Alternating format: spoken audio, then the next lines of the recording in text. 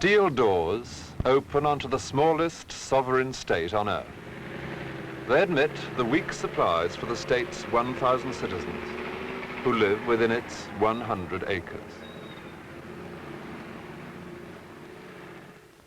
For over a century, the kingdom and then the Republic of Italy has been the political nation which surrounds this tiny independent island, the Vatican City. We think today of the Vatican and its ruler, the Pope, as having above all a spiritual influence around the world. Behind St. Peter's, among the fountains in pleasant gardens and quiet courtyards, hidden from the eyes of the tourists, are the offices of the Vatican.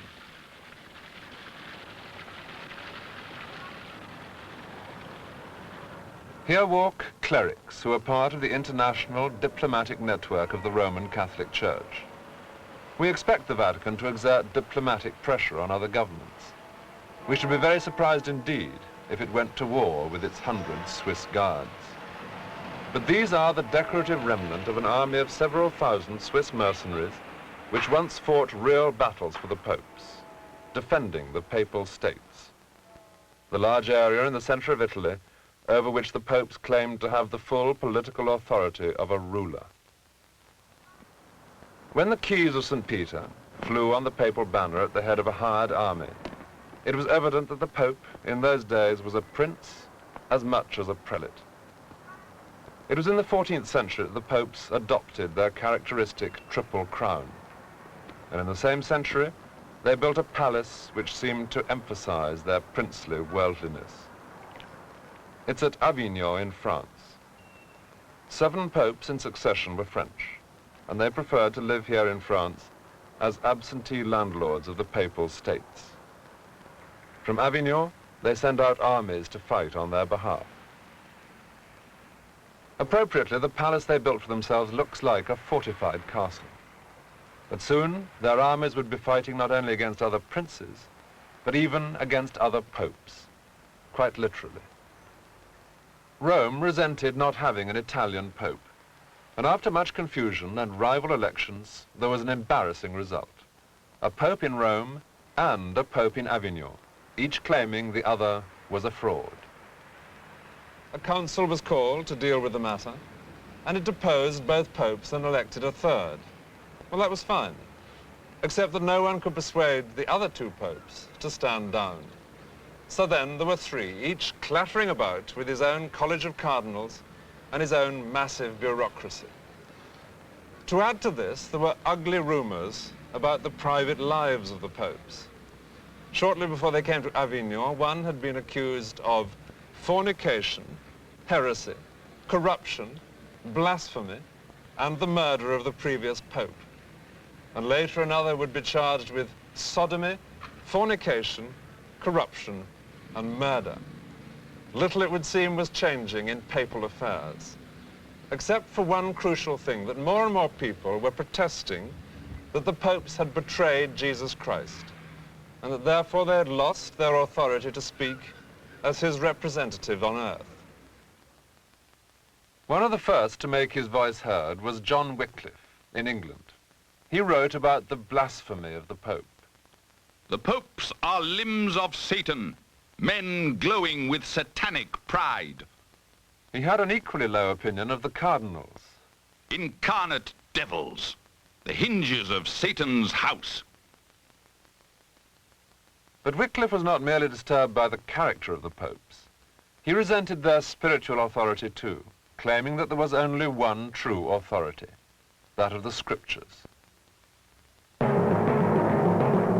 On the other side of Europe, in the Bohemian capital of Prague, Wycliffe's words were to find a powerful echo. Wycliffe's manuscripts had been brought to Prague in 1401 by a Czech scholar, Jerome, who had copied them in Oxford. It was one of those occasions where books are like time bombs. Wycliffe was already dead almost 30 years, but his ideas struck far more of a spark here than they ever had in England.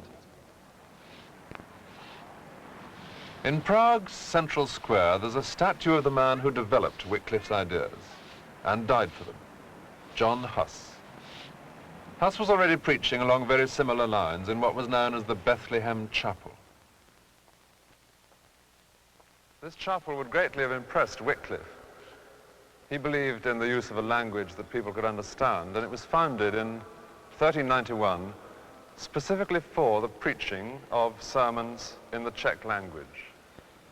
In fact, the central feature here was not an altar, but the pulpit from which Huss and others preached. This one is a reconstruction, like much of the chapel, but the layout was the same. And on the wall, there were Czech texts written, with music above for people to sing to, hymn books for the congregation. The way the people here felt about the papacy was made quite clear in other paintings on the walls. The humility of Christ, who washed the feet of his disciples, was contrasted with the pride of the popes. Christ threw the money changers out of the temple, so what would he have thought of the wealthy splendor of the popes? And now, to make matters worse, there were 3 such popes at one time. At last, the Emperor Sigismund called a council to deal with the matter, and Huss was summoned to attend, to explain himself. His friends said, "Don't go," but Sigismund, no less, personally guaranteed his safety. The Emperor, Sigismund, insisted on the council being held outside Italy, and this lakeside town of Constance, in the very south of Germany, was his choice. People came here in 1414 from all over Europe, as many as 70,000 of them. There were clergy supporting their favorite pope. There were ambassadors from distant kings, merchants, and just people here for the occasion. It was the last great medieval gathering. Only one of the 3 rival popes, Pope John, bothered, or perhaps dared, to come to the council. The crowds gathered to receive his rather dubious blessing, and he graciously handed out candles to the faithful. John soon lost the limelight and never regained it. Through the great Rhine gate rode the Emperor Sigismund.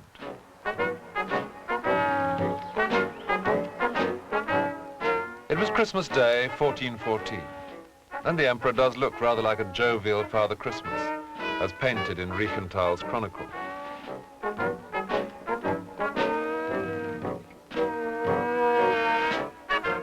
The pageant made its way through the streets of Constance to the doors of the cathedral. Here, the opening sessions of the council were held, and here Sigismund attempted to put all the earlier excitement over Pope John into its proper perspective. He staged a theatrical ceremony in which he, as emperor, would receive the homage of the papacy, or at least 1/3 of it. The previous month, at the other end of the town, and with very much less pomp and circumstance, the lonely figure of John Huss had arrived after his trek from Prague. He managed to find lodgings with a widow at this house. Huss was prepared to defend his ideas against anyone, and he did so with considerable spirit. He would recant, he said, if the council could prove him wrong from the scriptures. But the bishops were more concerned with his defiance of the church. His promise of safe conduct was brushed aside, and he was thrown into prison. Although the emperor had personally guaranteed Huss's safety, it was only a matter of time before he was condemned as a heretic. And once condemned, there was only one penalty. Huss was burnt. The council also ordered that Wycliffe, dead for 40 years, should be dug up from his English grave, his skeleton broken and burnt, and his ashes tipped into the nearby river. But Wycliffe's supporters claimed that as the river flowed to the oceans, so his ashes, like those of Huss which were thrown into the Rhine, had now been spread through the entire world. But it was still a world which had 3 popes. At Constance, a new hall was built for the choosing of a new pope. The 3 existing ones were formally deposed, including Pope John, and the cardinals gathered here to elect another. On the 11th of November, 1417, the rafters rang with the shouts of acclamation. The announcement was displayed, Habemus Papam, we have a pope, an Italian who had reigned as Martin V. But as the people knelt in homage, there was still one problem. The new pope wasn't yet even a priest. So on successive days, he was first made deacon, then ordained a priest, and consecrated bishop, until with a universal sigh of relief, he received the papal crown. And so the circus finally left town. When they arrived 3 years before, they'd been troubled with 3 popes and 2 heretics. They were leaving with 1 pope and no heretics. It all seemed most satisfactory. But what in Constance seemed merely the end of a heretic was seen in Bohemia as the making of a martyr. And making martyrs is no way to suppress heresy.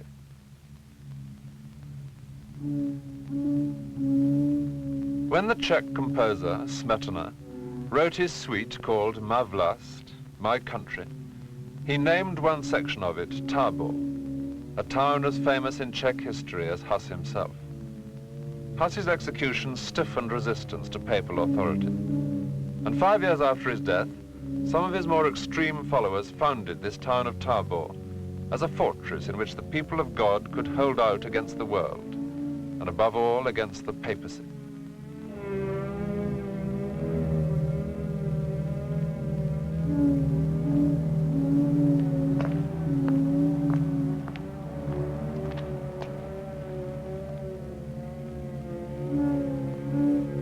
Life here was based on the idea that the second coming was close.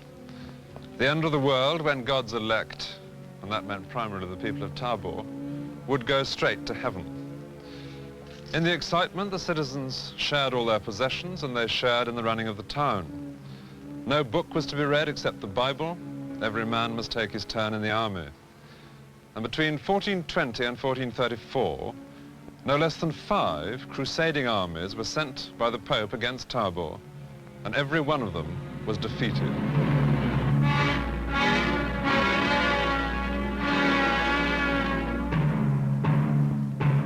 Jan Žižka was the leader of Tábor's army, and Žižka fought under the banner of the chalice, following Huss's teaching that the wine of the Mass should be received not just by the clergy, but by all the people.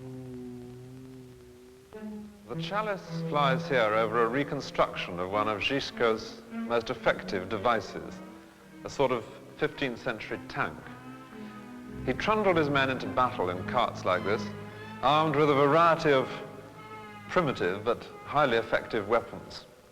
Enemies were terrified, and soon even friends found it hard to live with a group who were so aware of being chosen by God. Táborites enjoyed slogans such as, "The just will now rejoice, washing their hands in the blood of the sinners."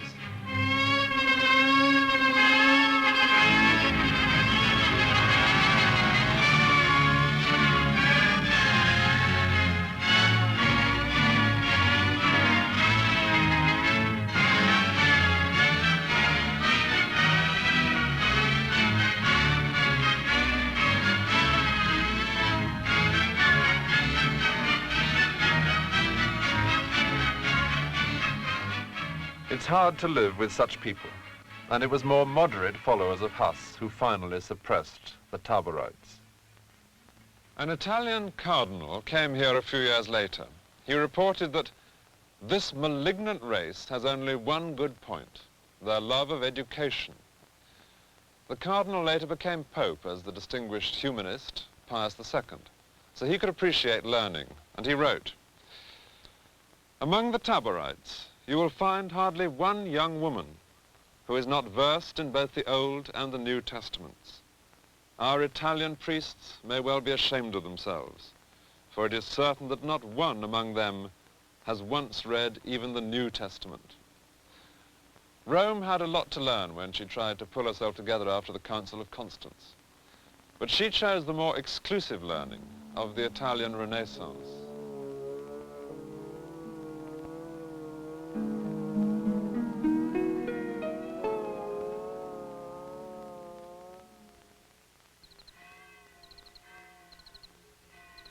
When the victor of Constance, Pope Martin, returned to Italy, It was not to Rome, but to Florence that he first came.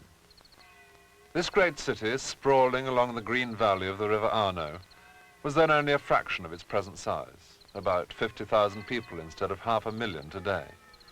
But it was the liveliest town in Europe. Florence's bankers had made her rich. Her artists had made her famous. Rulers from far afield borrowed their money here.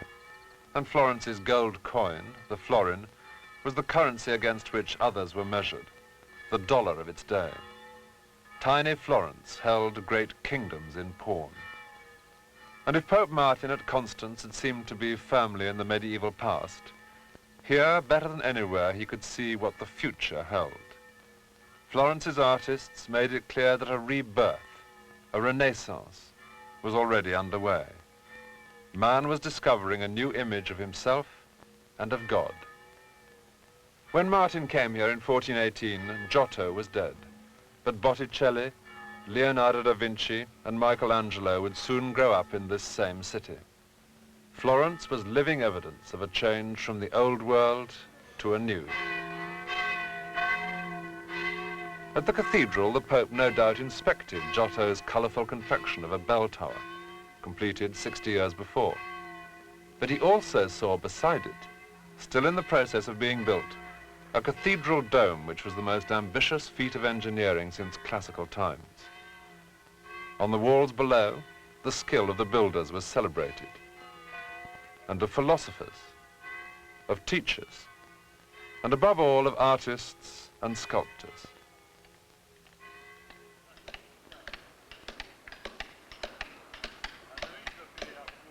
The many different sides to Florence's life all came together in the building known as Or San Michele.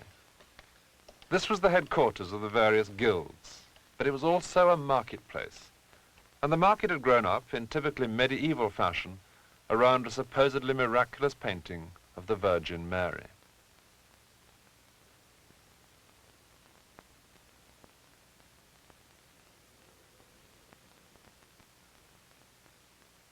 As the guilds grew richer, they provided the Virgin with a more impressive shrine.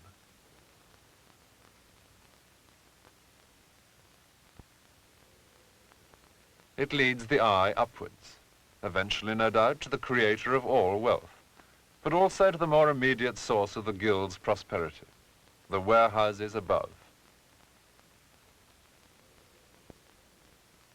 One of the leading guilds was the bankers. But though the bankers claimed the favor of the Virgin Mary, and this one's wife reads a holy book beside the money bags, there was an element of contradiction in all this piety. Usury was considered a sin. In the popular mind, lending money on interest was like making it breed, an unholy perversion of God's own arrangements for procreation. The richest of all the banking families became also Florence's greatest patrons of art, the Medici.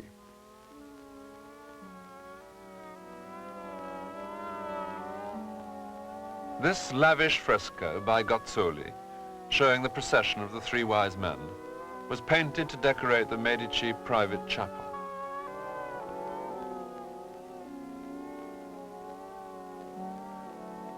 One of the riders in the procession is a portrait of the man who more than any other secured the Medici wealth, Cosimo. It was said that Cosimo de Medici was so guilty in his mind about the vast fortunes that his family had made from usury that he consulted the bank's best customer, who happened also to be the Pope. And the Pope suggested that God might look a little more kindly on the family fortunes if Cosimo would found a monastery. It was a perfect arrangement to suit both sides. And when the Pope, Eugenius IV, moved a group of Dominicans into Florence, Cosimo did build for them this convent of San Marco. It was to be a most unusual monastery. Its corridors look normal enough, but the cells were decorated by a friar who was one of the geniuses of the Italian Renaissance, Fra Angelico.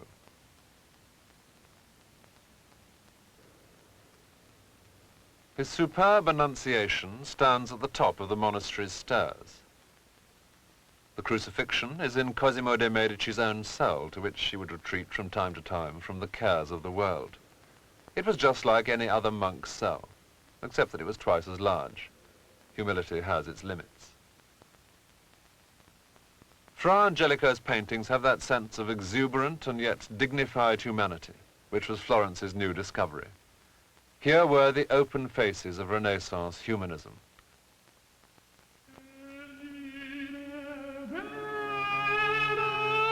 Botticelli was the painter who above all expressed the origin of Florence's new inspiration. His virgins are even more enchantingly human than any of the Christian figures in Fra Angelico. But their beauty and their humanity are shared by other distinctly un-Christian characters in Botticelli's paintings. This is Venus, the central figure in the allegorical painting of Spring, which Botticelli did for the Medici family. It was in the classics that new excitement was being found. Venus was described in Florence at the time as a nymph of excellent comeliness, born of heaven, and more than others beloved by God. Even fierce Mars, the god of war, could be tamed by the charms of Venus.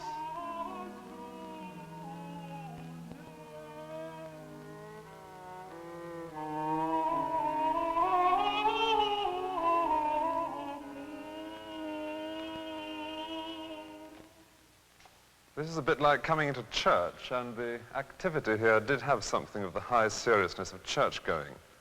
This is the library which Michelangelo designed to house the Medici collection of manuscripts.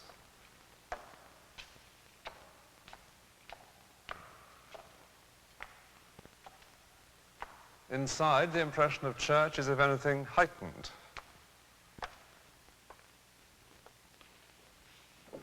The scholar slides into his pew. All these details were designed by Michelangelo. People were a bit smaller in those days. And the manuscripts were kept on this shelf under the desk. In fact, they were chained to the desk. Instead of the book being brought to the student went and sat in front of the book. The great treasures of the collection were classical texts. We think of burrowing in the classics as being a slightly dusty occupation. This was the very opposite. A liberation, a rediscovery of the classical idea of man's dignity. The Middle Ages had never quite dared to believe what the Bible said, that God had created man in his own image. The Renaissance reveled in that idea, as Michelangelo's fresco of that very moment of creation shows. God is extraordinarily human. Adam, confident of being almost divine.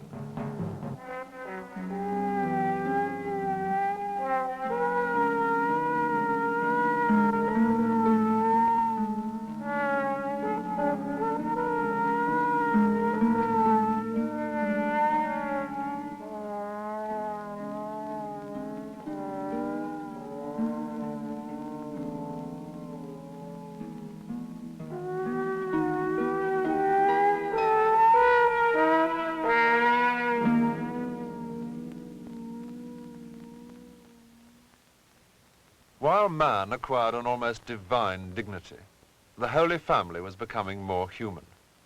The Virgin Mary of Renaissance Italy has the immediate appeal of any beautiful young girl. The Della Robbia family of sculptors dotted the walls of Florence with these colored terracotta virgins, each with everybody's ideal of a plump and cheerful baby. Renaissance man could at last hear the laughter of the Holy Family. When Pope Martin moved on from Florence to Rome, he found the place almost derelict after years of neglect. Cows grazed in the Forum, giving its ancient splendor the look of a small market town. But the popes, over the next 2 centuries, were to turn Rome into the most spectacular city in all Europe. Their first task was a practical one, repairing the famous fountains which provided the people with drinking water.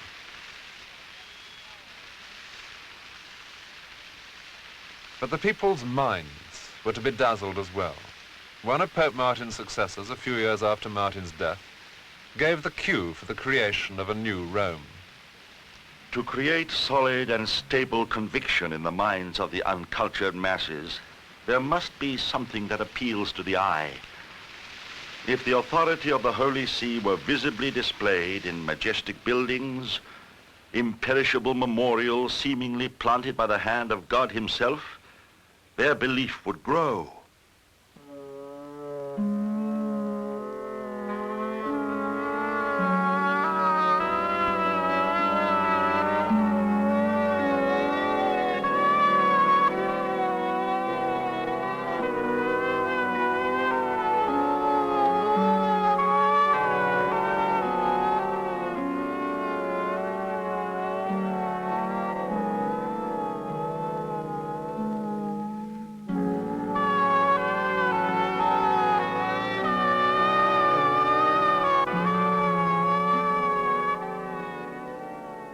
Mighty St. Peter's would not be completed for 200 years, but such buildings were perfectly designed, as the popes intended, to create solid and stable convictions in the minds of the uncultured masses.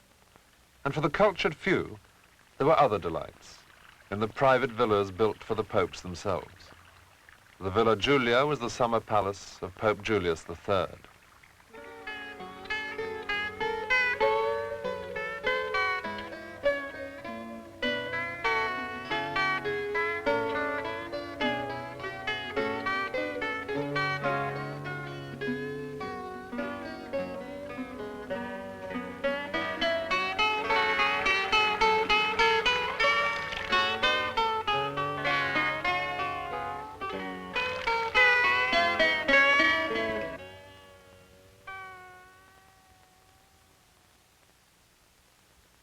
Rome was being restored to her ancient greatness, and every time the popes sunk foundations for a new palace or a new church, they unearthed evidence of that greatness.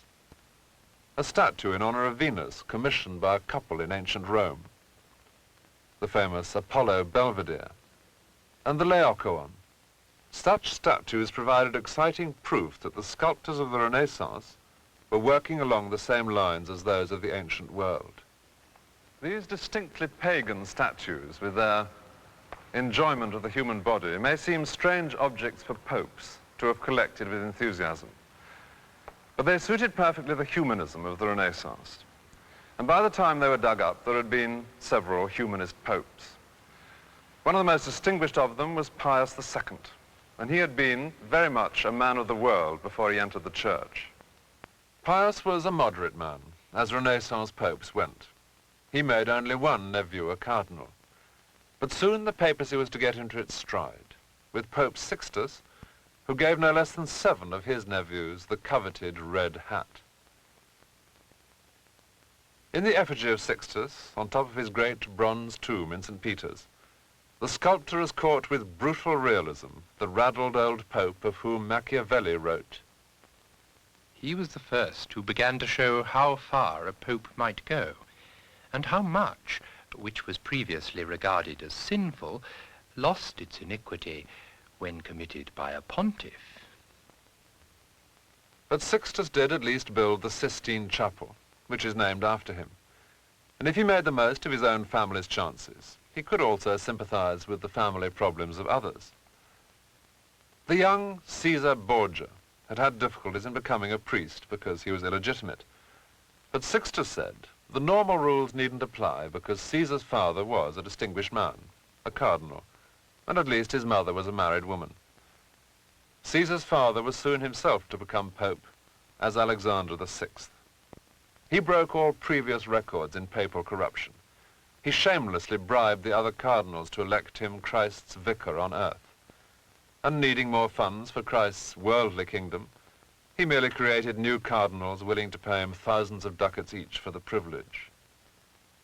At the wedding feast for the Pope's daughter, Lucretia Borgia, the papal master of ceremonies noted dryly in his diary that part of the fun was provided by 50 naked prostitutes crawling about looking for chestnuts under the furniture. Well, that may well have been the only party of its kind that the Pope attended, but gossip makes the most of such opportunities.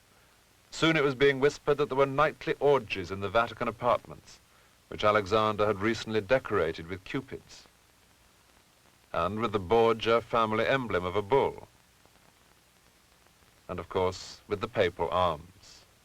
Every evening, 25 or more women, between the time of Ave and 1 o'clock, are brought to the palace on somebody's crupper, to such an extent that the whole palace has openly become a brothel. A reaction was inevitable, and it happened in Florence. In 1497, there were ugly rumors about. Yet another son had been born, admittedly in some secrecy, to the Pope, Alexander VI. In that same year, here in Florence, there was a demonstration of corrupt times. A long procession of boys, singing psalms, came into this square below the great town hall. And in the middle of it, they found a wooden structure piled high with all the immoral objects which the boys themselves had gone from house to house collecting. There were playing cards, dice, obscene pictures and books, women's false hair and cosmetics, even dolls. And while they sang to God, this great pile of worldly vanities was set alight with all the excitement of righteous indignation. It was much the same sort of thing as some people would like to see in our own lascivious age. The man behind it was a friar, Savonarola. Florence listened, mesmerized by the terrible voice prophesying God's punishment. All you cities of Italy, now is the time for all your sins to be punished. Oh, Italy, for your lust, your avarice, your pride, your ambition, your thieving and extortion, there will come upon you many scourges. Savonarola's chief target was the Pope himself. Alexander didn't seem to mind being accused of fornication and corruption. He was used to that. But it was more serious when Savonarola seemed to draw the same conclusion as other reformers before him, that if a pope was corrupt, there was no need to obey him. The Pope excommunicated this troublesome friar, but Florence paid little attention. So then the Pope threatened to seize the goods of all the Florentine merchants in Rome, and that hurt. Support for Savonarola began to drain away in Florence. He was arrested. He was tortured. And then, in this same piazza, precisely where the vanities of the world had gone up in smoke, he was hanged with 2 of his friars above the flames. The last bonfire of Savonarola's life was his own. Many times he'd prophesied that disaster would overtake wicked Rome. Now that must have seemed a hollow prophecy. The Medici had fled from Florence during Savonarola's reign. They would later return and set up this rather cautionary statue, overlooking the spot where Savonarola had been burnt.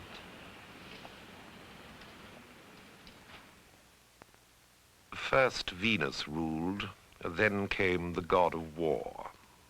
So ran a contemporary joke about the change from Alexander VI to his great rival, Pope Julius II. Julius actually marched into battle as Pope, in armor, but he loved art as much as war.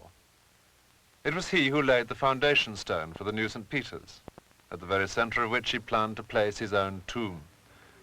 It was he who first commissioned Michelangelo and Raphael to beautify the Vatican. It was he who hired 6,000 Swiss mercenaries and persuaded Michelangelo to design the uniform which the Swiss guards still wear. Inside the Vatican, papal policy was now built on the shifting sands of power politics. Military alliances were hurriedly made with foreign rulers and as hurriedly cancelled again in favor of a better. Not long after Julius's campaigns, a series of great frescoes were commissioned from Raphael's workshop to give a historical basis for this style of military papacy. This one shows the Battle of Milvian Bridge in the 4th century, at which a cross appeared in the sky to the Emperor Constantine, who won the battle and was converted to Christianity. The Pope who commissioned these paintings was a member of the Medici family, Clement VII, and he had himself painted as the 4th century Pope baptizing the Emperor Constantine.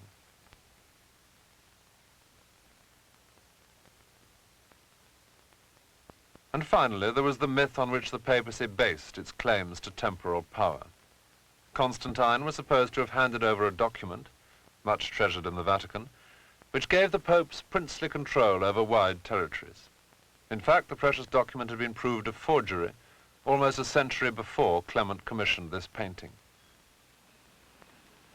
But the popes were about to be paid out for playing at soldiers. In 1527, Clement found himself a prisoner in his own castle. He had recently changed sides once again, deserting the Emperor Charles V.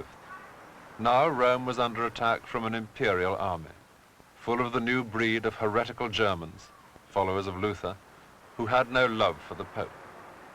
Clement was praying in the Vatican when the imperial army broke through the city walls and began to sack Rome.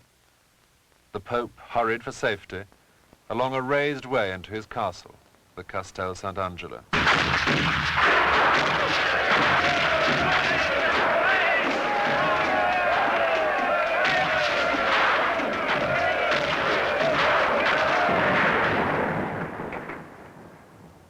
The siege of the castle must have made for sleepless nights. But at least Clement had already decorated his apartments here in the style to which a Medici, and by now a Pope, was accustomed.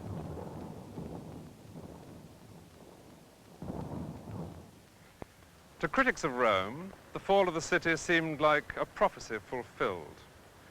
It was 100 years now since the Taborites had defeated 5 successive papal armies and had predicted that Rome would be destroyed. It was 10 years since Luther had begun prophesying disaster for the city.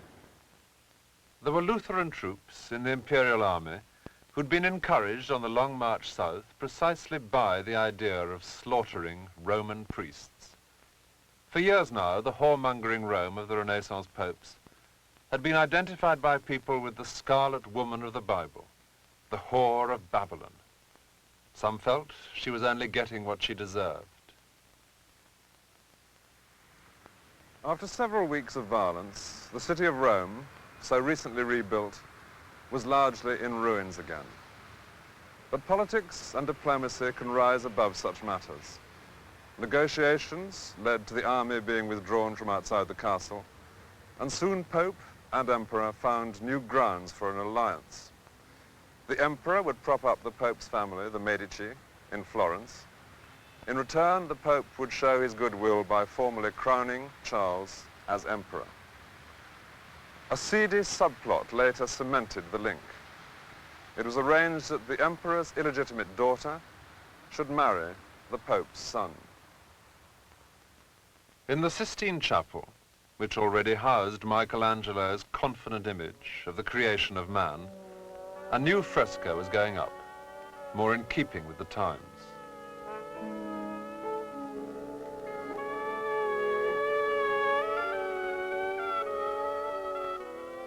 Clement VII commissioned Michelangelo to paint the Last Judgment as a solemn warning after the sack of Rome.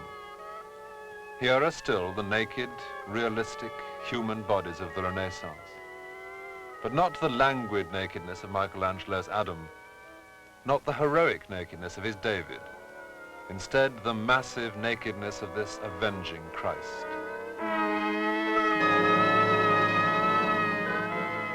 The tense nakedness of even the blessed on their way to heaven from the grave.